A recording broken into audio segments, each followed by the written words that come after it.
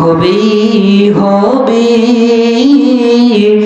জীবন আমার ধন্য, তবে হবেই হবে জীবন আমার ধন্য।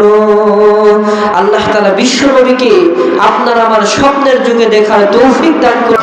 একজন সাহাবী ছিল, বিশ্বনবীকে ডাকার জন্য ঘরের ভিতরে চলে গিয়েছেন।